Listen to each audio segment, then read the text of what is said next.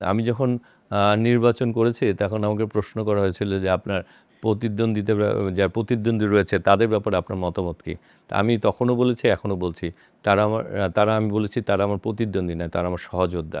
কারণ তারা যে এলাকার যারা নির্বাচনে দাঁড়িয়েছে, তারা এই এলাকার মানুষের উন্নয়ন চায়, এই এলাকার এলাকার উন্নয়ন চায়। সুতরাং আমিও তো তাই চাই। সুতরাং তারা আমার প্রতিদ্বন্দ্বী হবে কি? তারা আমার সহযোদ্ধা।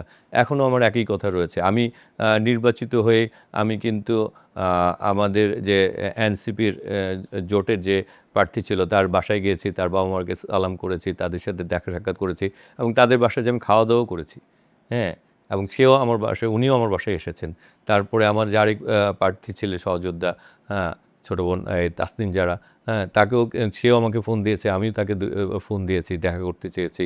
হ্যাঁ? আমিও তাকে বলেছি যে আপনি অনুমতি দিলে আপনার বাসায় যেয়ে আমি ১ কাপ চা খেতে চাই। উনি বলছে জানাবেন আমাকে।